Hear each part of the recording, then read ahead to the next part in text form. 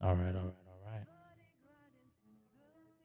Let me make sure we are live.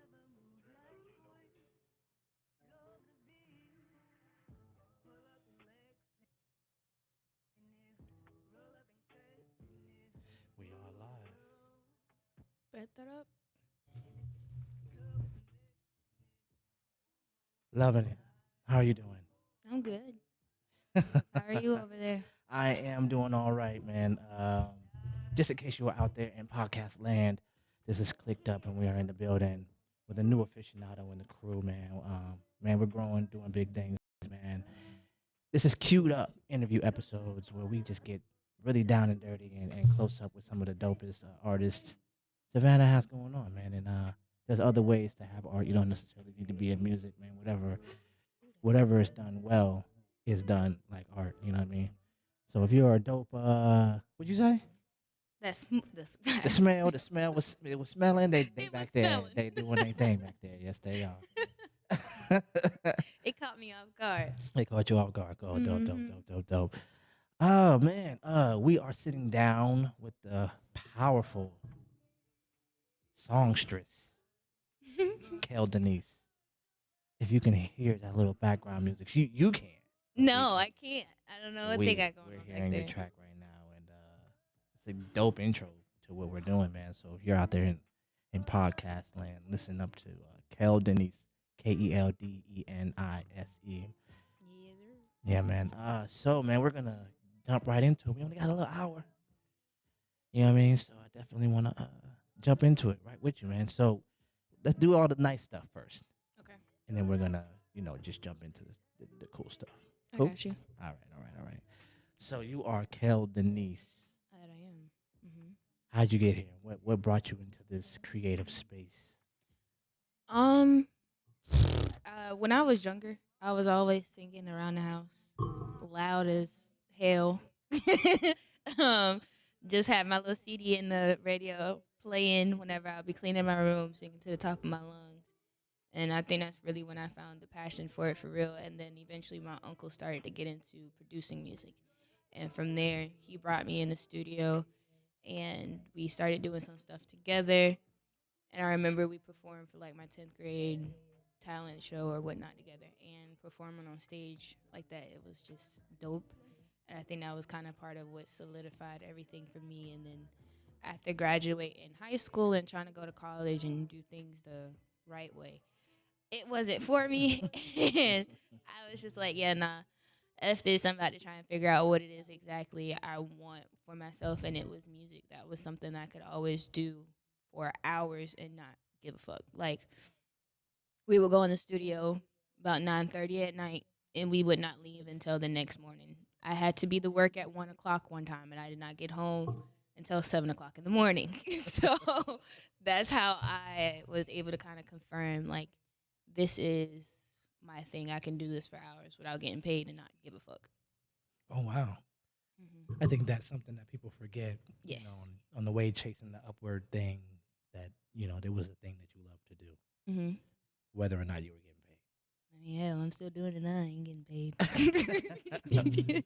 Yeah, we're gonna definitely try to change that up for you, man. For It is, sure. I yeah. can't say I haven't though. I've gotten paid one time for a show that I did in Florida, and if that comes up, we'll talk And we're gonna talk about a lot of things, man. We're gonna try to action pack this thing out.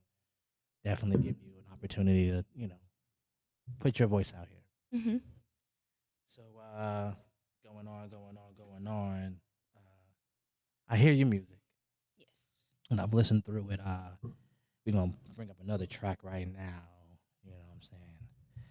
Gonna go ahead and just bring that thing on up because they gotta hear you.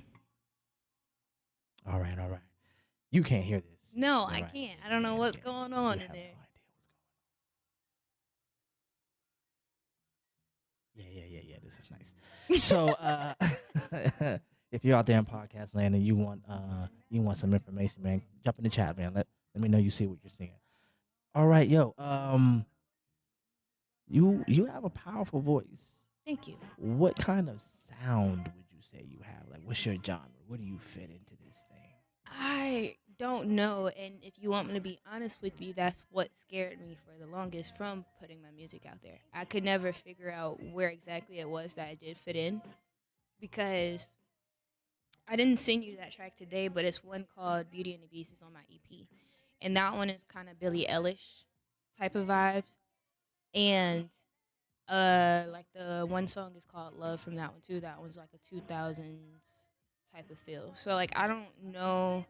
I put myself in the R&B area Mhm. to say the least to make it more, common, but I don't really know what genre I would put myself in. Like I would get compared to certain ones, but like i.e. like Rihanna or SZA or Erykah Badu, but they're all kind of in different areas of pop or R&B or neo soul. They're not in one category. Mhm. So it's kind of I don't know. I guess if you were to be able to take those three and mesh them together, then that would be me.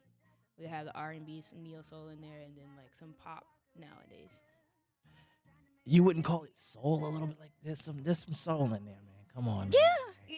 I mean, for sure, for sure, for sure. Like, yo, I'm listening again. We can hear it. You know what I mean? So I hear, you know what I mean. There's a lot of passion, a lot of Mhm. force in there. Mhm. You know what I mean? I guess just innocence, being humble, and not fully knowing. Okay. Also, cause like I'm still learning a lot about my voice as well. Like I used to be terrified to do runs.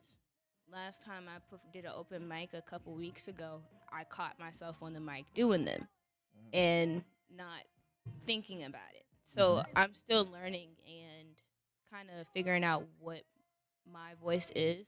And that's kind of just like, I guess, where I'm taking y'all on that journey with me because I've always tried to perfect everything beforehand.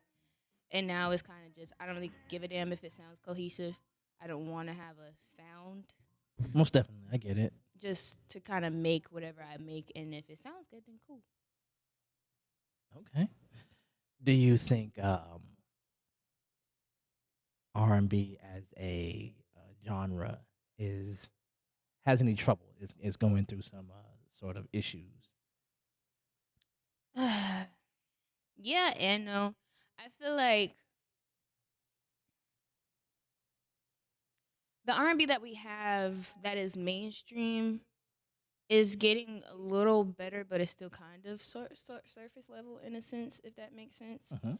I feel like a lot of the artists that are coming up now, more indie artists, or artists that are that are coming up more. I feel like they're kind of diving into really playing with different areas of R&B, and it's not just being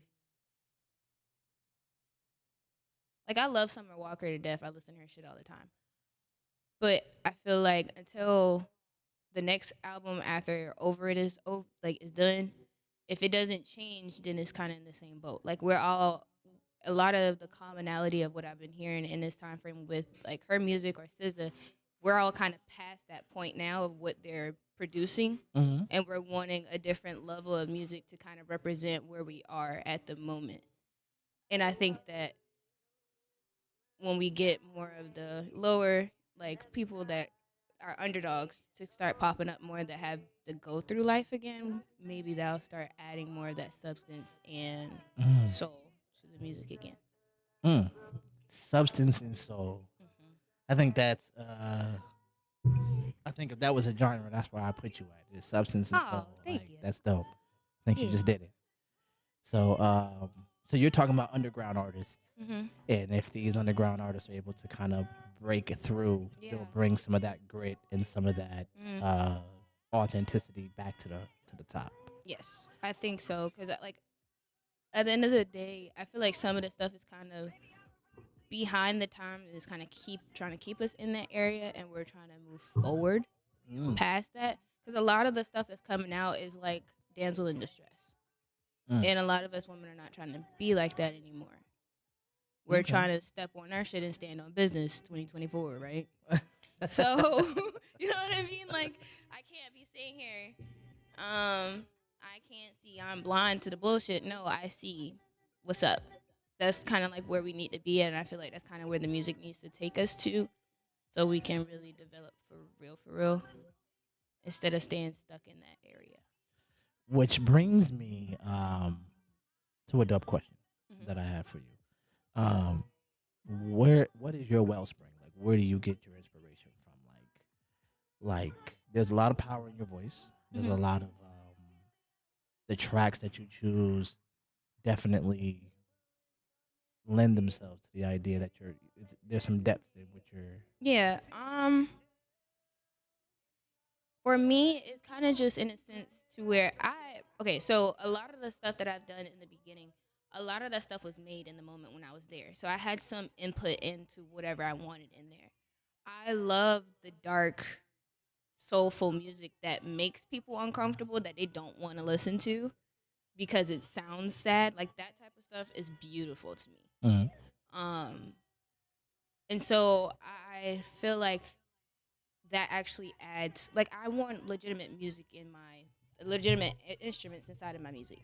I don't Mhm. really want just whatever you can put on the damn MIDI board and Mhm. transfer it to the DAW. You know what I'm saying? Like, I Mhm. don't want that. I want violins, trumpets, xylophones, goddamn it, guitar, all of that. I don't Mhm. want just synths, maybe a random drum kit. That type of stuff is where I think the emotion is able to come from, Oh, for sure. because I always say, like, I don't necessarily come into the studio with.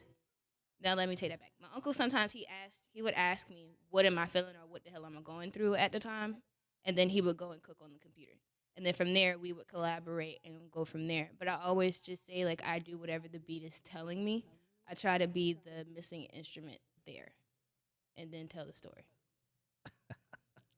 That's kind of like how my brain works when it comes down to writing some of the stuff. Now, whether if I relate to it or not, some stuff, yes, some stuff, it may be something I relate to in the future. And I feel like some songs may be lessons for me that I may have needed or may need later on. Okay. Yeah. Yo, I like this so far. I like your interview. This is dope. All right, digging energy. So, so you feel like some of your music can be definitely prophetic even to you. Yeah. So, One of the songs for you, I mhm. think I sent you that one today. That one right there, I was going through a breakup, and at the time, I didn't fully understand, but I realized, to me, I guess the message I was getting through from that is, if I would have continued to be a fool and have wrote for you the way that I was willing to, and I did not cut stuff off the way that I needed to, I would have been dead or in jail, Mm. dead ass. Because after me and the guy I was talking to at the time broke up, he went back to where he was from because he Mhm. moved down to be with me at the time. And not too long after he went back home, he ended up being in a shootout. Wow. Me, and being a ride or die bitch that I am, and as delusional as you can get when you in love with somebody, I'm not finna let no shit like that slide behind my nigga. You know what I'm saying? Like, I'm gonna ride for you. Caught back, ready to shoot. Like, what's up? You know what I'm saying? Like, if I was there, I know for a fact I would have been in some way, shape, form, or fashion involved. I would have been dead, in jail, or something, Wow. because of the type of love that I had at the time. And I had to understand I had to let that go. And And I your learned that from that song. song. Oh Hmm. wow. So Yeah. what kind of what line in that song really spoke to you, or what passage in that song that you wrote spoke to you after you kind of came into your understanding? It's around the bridge. I have to think. Um, God damn.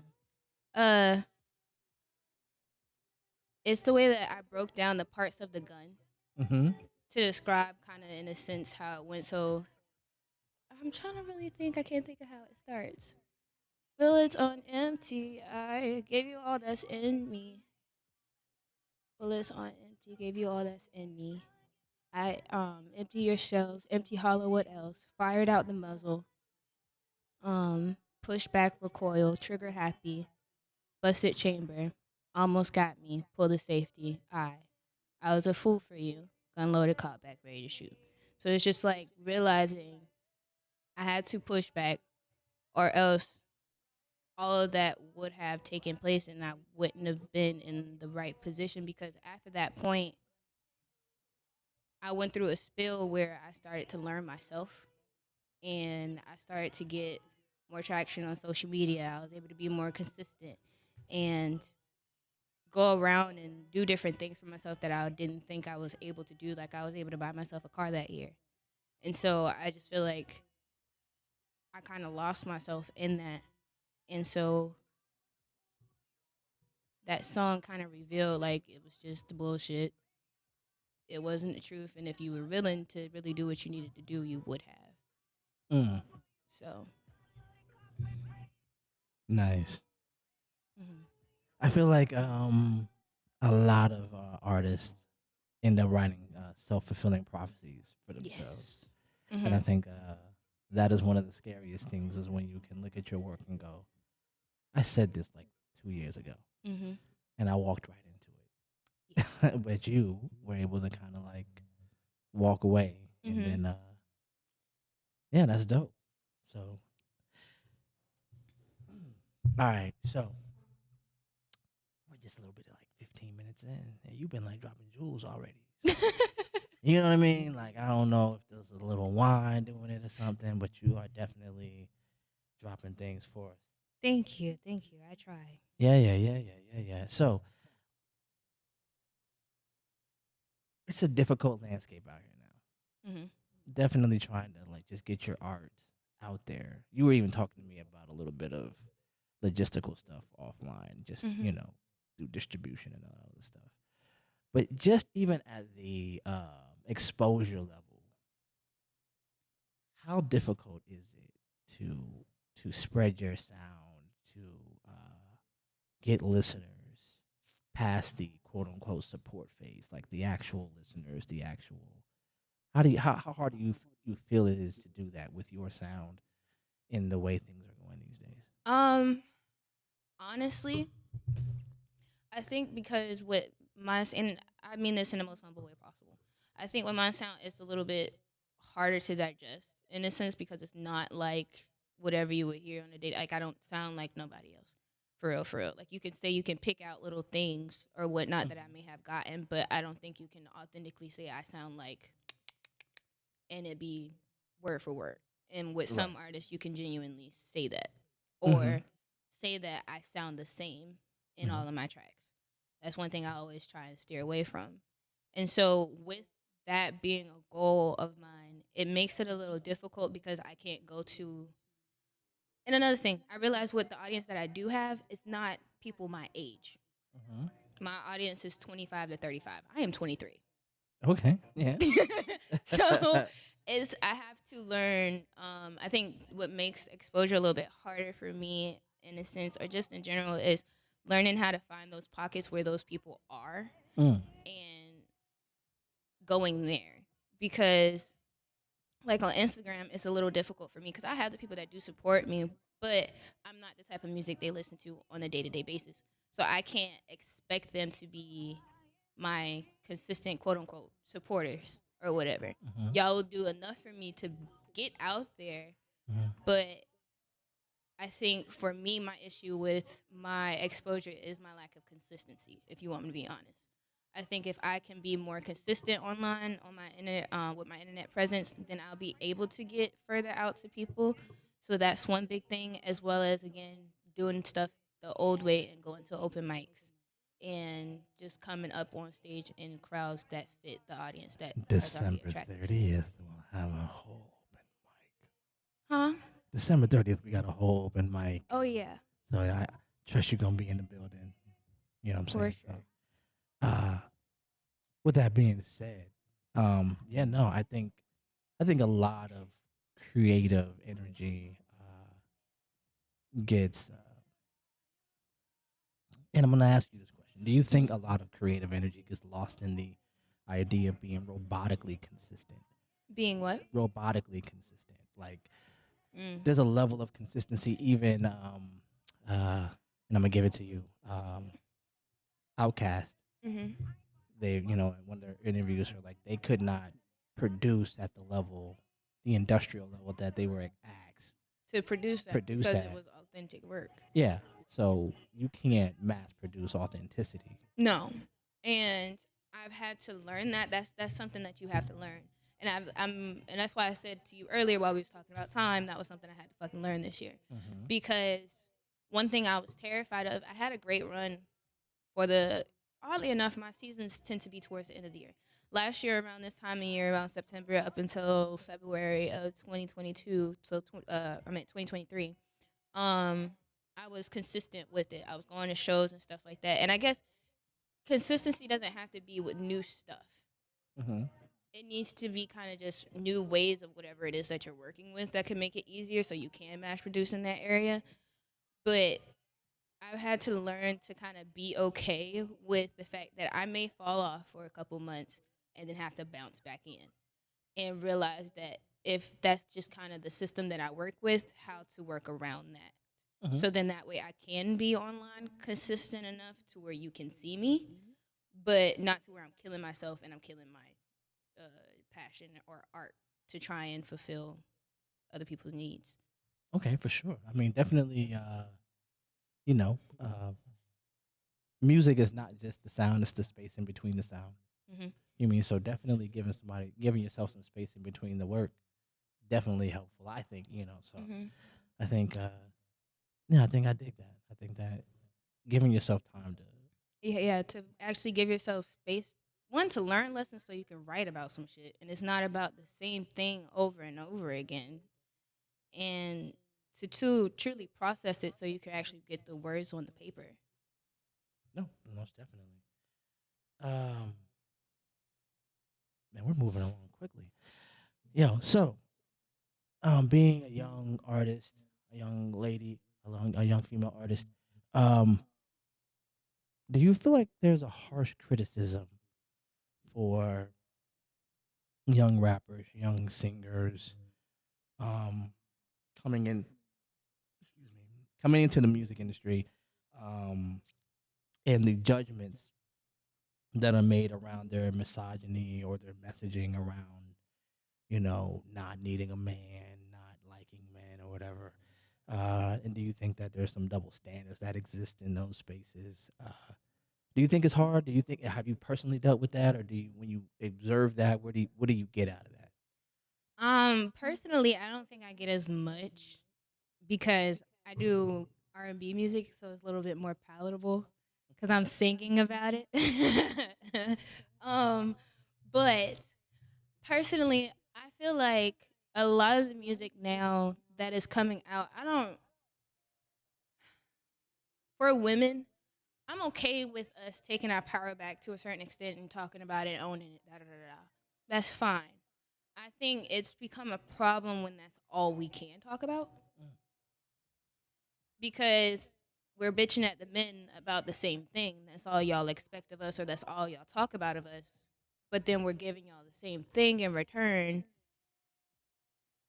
What the hell do you expect to be different? Um, so by all means, I feel like it is a little harder. Not really. I feel like we kind of set ourselves up as women. Like, and I'm not a rapper, but for female rappers, it's kind of that's just what they hone on because sex sells. At the end of the day, now rather we will take it and do that so we can go ahead and get on top. That's your way, or if you would like to go about it the more difficult way and find people to authentically fuck with you because you're just making music. Cool. I think there's definitely more that we could talk about, and I think that's kind of where the double standard to me come in at because everybody's talking about the same shit, so it shouldn't matter if a woman is talking about it or if a man is talking about it either. And quite honestly, it should be better that a woman is talking about her own pussy because it's hers. Excuse my French, but I'm just saying, like, at least I'm talking about it. It's my own. Whatever I'm saying about it and what I do, quite frankly, ain't your business unless you fucking me. And not a lot of the men that are complaining about the women's music are not and will never be able to. So shut the hell up. If you're gonna listen to it, cool. If you're not, it's not gonna hurt That is definitely a lesson I've learned. you. That I am not necessarily everybody's audience, Yeah. and I can walk past some things and it's not for me, And I think and I don't have to have any opinion about it. yes, and that's the problem now. Everybody feel like they have to be heard. Everybody feels like their opinion is more important than others. And I'm like, yes, your opinion is very important to you, but clearly it's working for them because they're making money. If you don't fuck with it, don't have your kids listening to it, don't you listen to it, go somewhere else and find somewhere that does what you like. It's that simple. Um, that's just kind of how I look at it. Move on. Like it's not that deep. There's plenty of music out there that's not being heard right now. Yeah, I think that's a subject we're gonna touch on. I'm gonna write that down in a minute. Mhm. But you touched on something. She is a member of the podcast, by the way, ladies and gentlemen. So we're gonna definitely have these conversations For in sure. group form. I just pray I don't get canceled. Yeah, I hope we all don't. So yeah, no, definitely.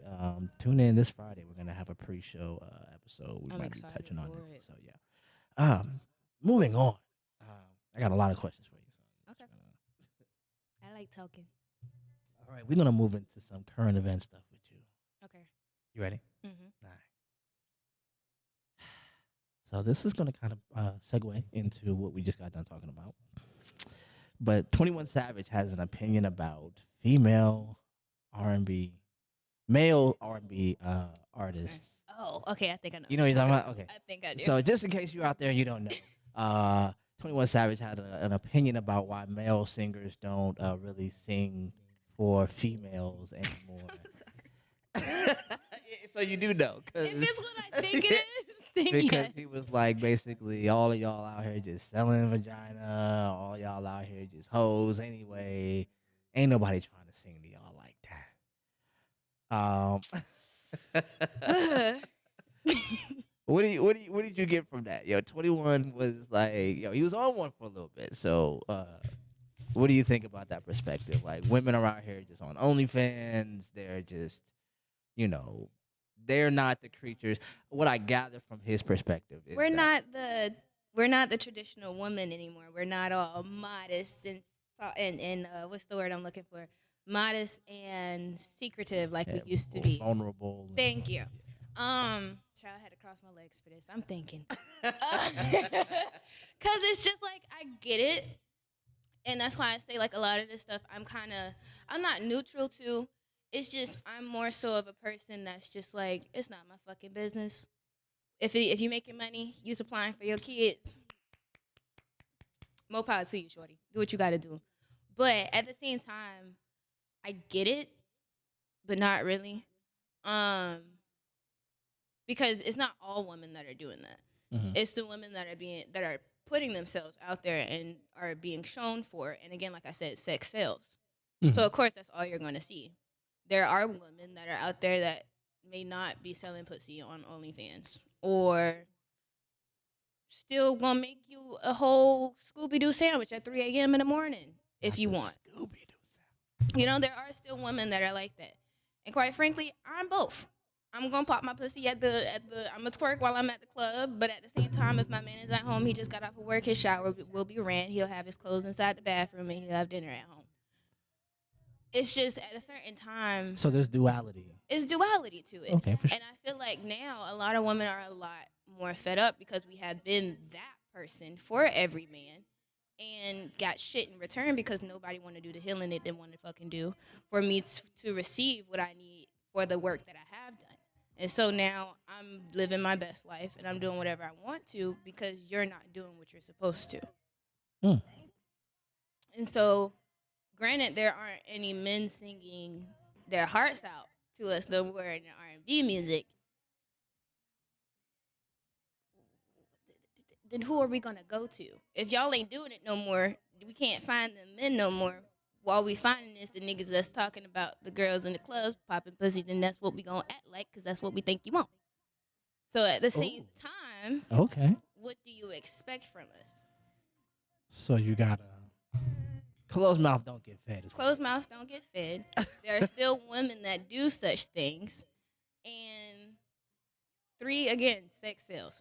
So if you see it all the time, change your environment. Go around the women that are about some shit. Okay, I'm gonna segue back. I'm gonna use that as a segue. That things are being promoted, Yes. right? And the sex sells, Mhm. right? And all that type of controversy sells, all those type of things, right? We're going back in a little bit of art. How hard is it as an artist who is married to their authenticity to see that that path seems to be the one that's lit, seems to be the one that's paved, seems to be the one that's promoted, seems to be the one that is distributed, all of those things, and then stay on your path and say, I'm going to be the one you have to dig through the crates to find. Because there are artists that have done it and have made it, i.e., like Rihanna. I love her to death. She wears it. To me, she does have like the sex appeal, but she's still a woman about it. Mm-hmm. She still carries herself like a lady. Mm-hmm. And if you listen to my songs, they not clean. No, they're not. At all. You know what I'm saying? Like, I definitely still talk about some of those things or whatever, but I'm not going to, and I'm not. Let me clarify. I'm not a sanctified lady either. Like I said, I'll be in the club twerking or whatever the case may be. I've worked in a strip club before. I've been a woman of all. You had a life. Yeah, you know what I'm saying? Like, I've been a woman of all hats at some point in my life. So I understand all avenues of it, and there's different reasons for certain things. But knowing what makes me happy and what I can do, instead of trying to force something out of me that may not feel real, and compared to doing something that just comes easily to me in the studio, I would rather do that than try and convert myself to be a certain way just so I can get more views and more likes. I just couldn't sit with myself like that, if you want me to be honest. Most definitely. Um. Wow. No. I definitely understand it. I mean, especially with hip hop artists, there are definitely artists that are like married to the lyricism and Mhm. they want to keep that and carry that with them. And the industry kind of goes, no, we want that poppier, Yeah. easier to intake. Digest Yeah, music. yeah, and it's difficult to watch. People who in your heart of hearts you're better than, or you perform more than, or you give more of your heart to this, and then And you then watch them get on. Mhm. So how do you square yourself with that? Like, there are the artists out there that are just pop sensations that are just really selling themselves. Like, and I'm gonna ask you this question, and you might not agree with me, Mhm. but I'm gonna ask you.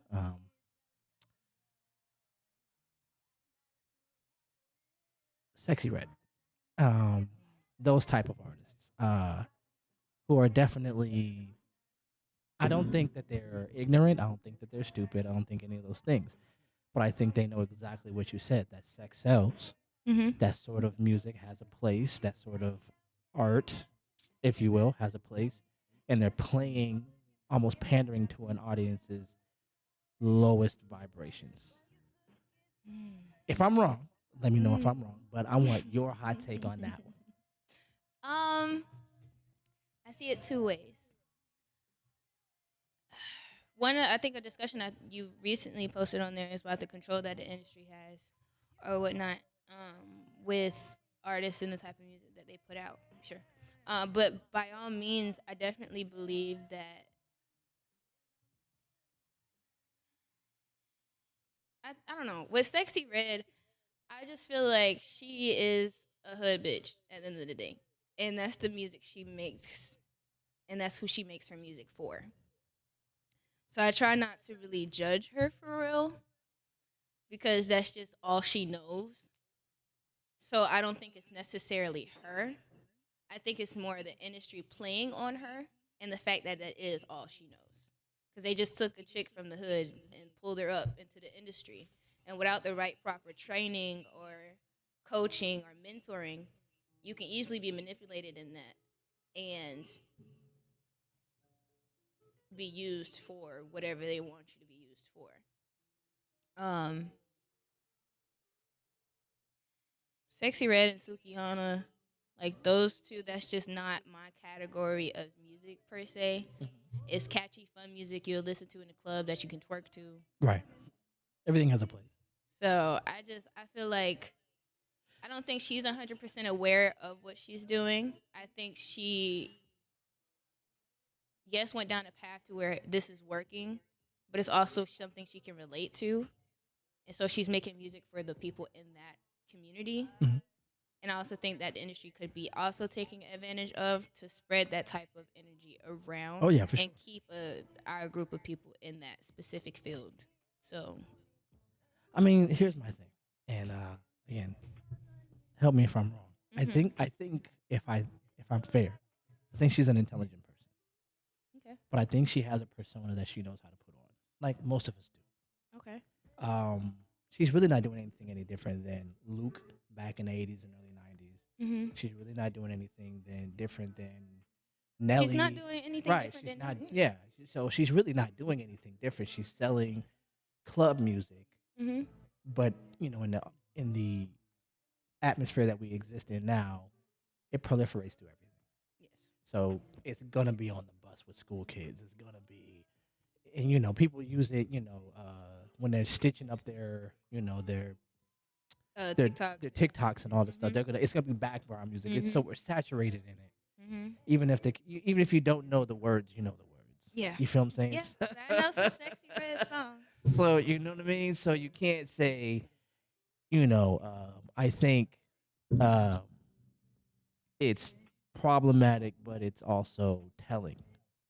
And I think for artists who are trying to be something different, my question for you is how distracting can that be from trying to be authentic? When you know somebody is, and in this is my perspective, I'm just gonna offer it to you, hmm that somebody that is being purposeful about being synthetic. You just won't last, if you want me to be honest, because like some of the greats, MJ, Prince, you know what I'm saying, like them two, they stayed authentic to their sound. No fucking body sound like them, but everybody knows their music. My little sister is 9 years old. She can identify MJ music. Right. I'm pretty sure when she's 25, will she be able to identify? Let me not say that. I'm trying to see some of the less forward or authentic people that may only be here for a certain wave or time frame. Mm. Will you be able to say that you've known them? And well, will this generation be able to say they remember them in the next 15 years? Like Soldier Boy, he had a nice wave. He had him run. You know what I'm He saying? had him run. But to this day, we still know who he is because he had a very pivotal time frame. But nobody younger than us know who the hell he is. Sorry to say, love Soldier, but they don't. Yeah, no, my kids don't know who Soldier is. So rather, they will be sustainable or not because they kind of just making music for the time. I don't think so. So you think some artists fail to grow with their audience? Yes, because and at the same time, and that's why I said I feel like for her, she's a hood chick at the end of the day. So I feel like she's making music for them. Mm-hmm. And so does she allow that community room to grow past that? If she does not then change her music later on as she has gone through the system and is not struggling no more, not having to deal with that, is she going to change her style of music for that group to then look for that? I don't know. I feel like that will give her more of a time to be something you can grow with, and she won't just stay with that one age group and it be a cyclical thing for her. But I don't think a lot of people are thinking that far ahead, Mm. if you want me to be honest. No, I dig it. I think my whole thing about bringing her into the argument is being a young artist. Mm-hmm. Um, Well, okay, because I remember you said, "Do I feel as if it's something that's distracting for me?" No, I don't give a shit, and I guess that's why I haven't fully answered that question yet because I don't care. I'm a very I don't give a type of person when it comes down to certain stuff. Everybody's path is their path. It's not mine. That's not the music I'll ever try and make a day in my life. The one of the songs, FTB, that one, that's Mhm. the closest you'll probably get me to rapping. I'm so serious. And I may make more music like that, but that's just not my style. And I'm not going. And I was sitting there laughing at myself the entire time because it's just not me. It was fun as hell, Right. and it wasn't that it wasn't me because I didn't change what I talk about in the Right. music. I still talked about whatever I would talk about in my regular, but that's just not my day-to-day style. So like I may change it up to have fun from time to time and to try different stuff to see if it's something that I like and maybe want to approach and then maybe alter into my sound. But I don't I don't think that I truly. I think if anything, it just pisses me off that they were able to make it off of bullshit. Okay. That's the only thing. But at the same time, it feeds me more fuel to be like, all right, it's time for you to go 10 times harder. Okay. Hmm. Okay. You got some stuff in here. You got some stuff. I'm gonna have some fun cutting this up. So check it out. You know who Taraji P Henson is? I love her. Okay, dope. She's recently gone on to say, with some exasperation, that she definitely is not being paid her worth. Hmm. She's definitely, upset about that. There's a perception because of her visibility and her success that is correlated to financial gain in the way that male counterparts might Hmm. enjoy. But she hasn't. I say all that to say there is a push to say, hey, Monique was saying that a few years ago, and we were laughing at her. Hmm. Well, they were laughing at Monique because she's not. I love Monique to death, and I don't mean this in any type of way, but she's not the picture perfect person for that. So nobody's going to listen to her. Plus, she also fucked herself up when she was talking about black women in their bonnets. So nobody's going to want to listen to you crying and having a pity party because you already came for the people that was supporting you.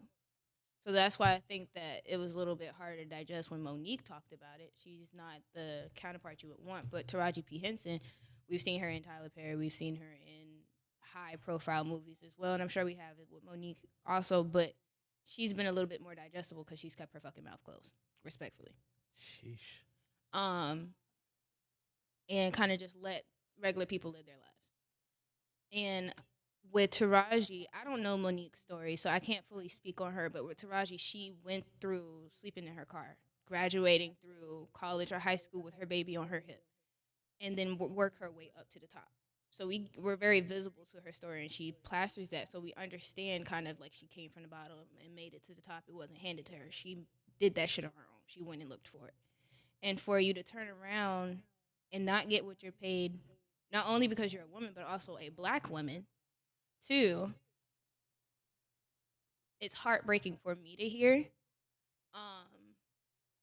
I hate to hear in certain aspects where it's other areas where people are telling them to suck it up and be grateful for the money that they have when she was paid less than 2% than a white male in a movie. That's fucked up. There's no reason why I feel like Taraji P. Henson should be getting $150,000 for a movie that possibly made 10 mil. That doesn't make sense. 100 mil, 300 mil. You know what I'm saying? Like, that doesn't make any sense, especially when she's 9 times out of 10 one of the main motherfuckers people came to see. Most definitely. She is a box office draw for sure. Yes. You know what I'm saying? And so I just think that it's going to take a lot.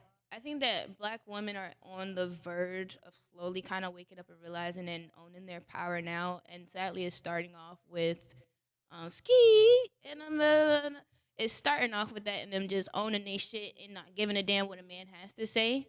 But prayerfully, if they go and then they grow and develop into artists that are that are able to kind of shape them to have that freedom of a woman and do whatever you want to, but also the class and the discipline of and the statue of one, it would put us in the right direction for us to stand up for ourselves the way that we need to.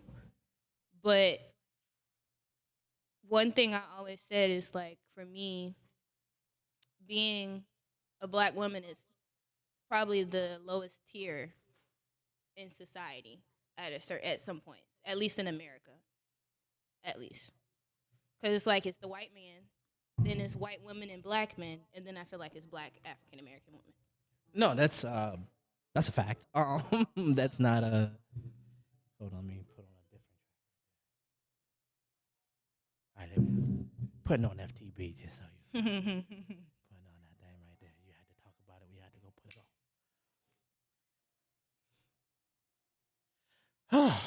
Lordy, lordy, lordy, lordy, lordy. All right.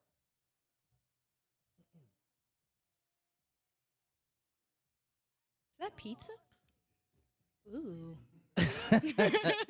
She done broke the fourth wall and everything. I'm This sorry. pizza was pizza. Like she was like, fuck the interview. All right, let's ask the real question. Mm-hmm. Pineapples, do they go on pizza? I'm sorry, but they go on pizza. That's right. Pineapples All go on right, pizza. my man. You know what I'm saying? Like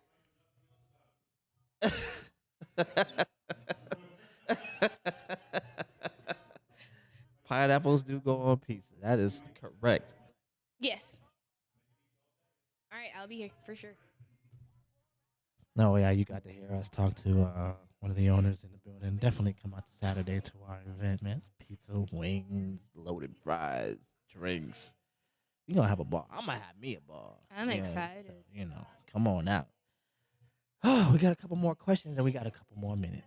Mm-hmm. All right.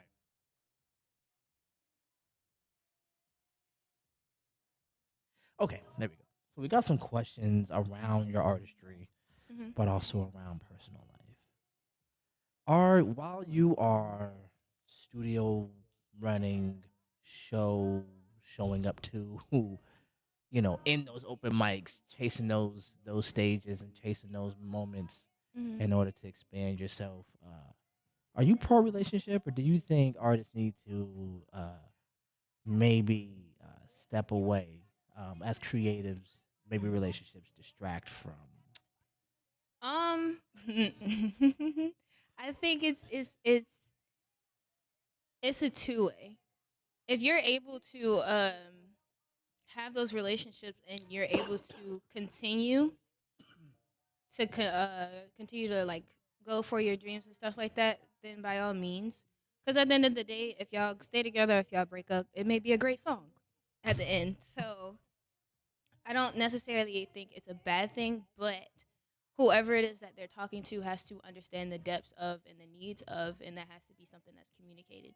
But if you're not capable of truly focusing on both your career and having your love life at the same time, I don't believe that it is something that artists should have because it can be a huge distraction, and that's kind of what fucked me up around the beginning of this year.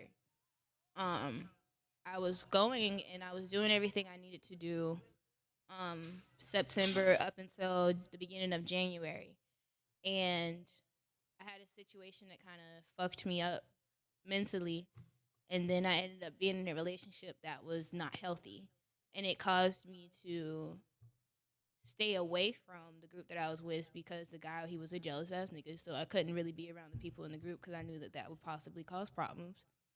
Um, I wasn't in the studio as much as I should have been. I eventually started losing a lot of weight and dealing with a lot of abusive stuff because of that, and it caused me not to be able to focus on my music. And so from there, I don't. One thing I say, I don't ever regret anything because it's always lessons to stuff that you go through. But that was one of the one times I can say I've genuinely been very distracted. I allowed a relationship to take toll and hold of me and keep me from doing what I was supposed to. So I do believe that you can be in a relationship as a creative, but I also believe that it takes a very, very strong level of discipline to do so. Because unless you're willing to stand on your boundaries or cut it off because it's not doing what you need to, it's probably gonna fuck you over in the end because you didn't do what you needed to do, and now you're distracted from what you're supposed to be doing. So I guess you could say, like, for the non-creative in the relationship, Mm-hmm. there's a level of understanding and Selflessness that ooh, needs to be in there because, for example, like for me, I want to be busy as hell next year. I need you to be able to understand that. same. I need you to be able to be there with me and come in and be like, okay, what do you need from me? How is this going? How are you mentally? Because if I'm as engulfed in that, granted, it is my responsibility to take care of it, but what are you here for if you're not helping me through it? No, I can definitely get it. Here's my question to Mm-hmm. you. There are those moments where your star power will shine, Mm-hmm. and it'll be very evident, right? And there'll be a lot of energy coming off of you, coming off your stage, coming out of the studio, whatever happens, that can be very intimidating Yeah. to the non-creative in the relationship.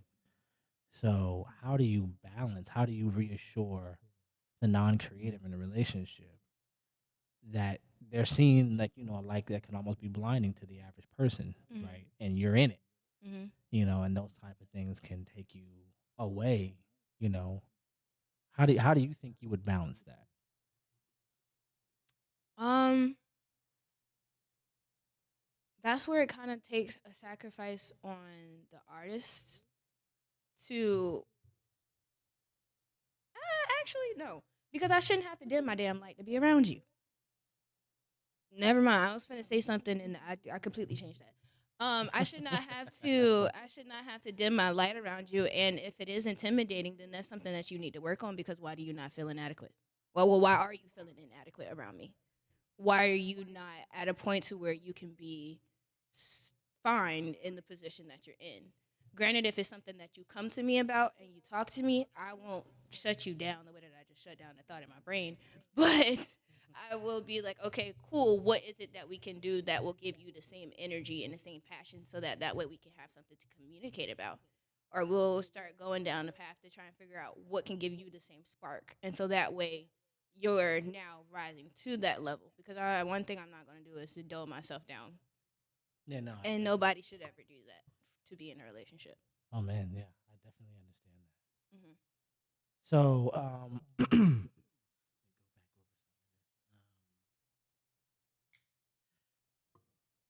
in order to be a creative, you go through rises and falls in productivity.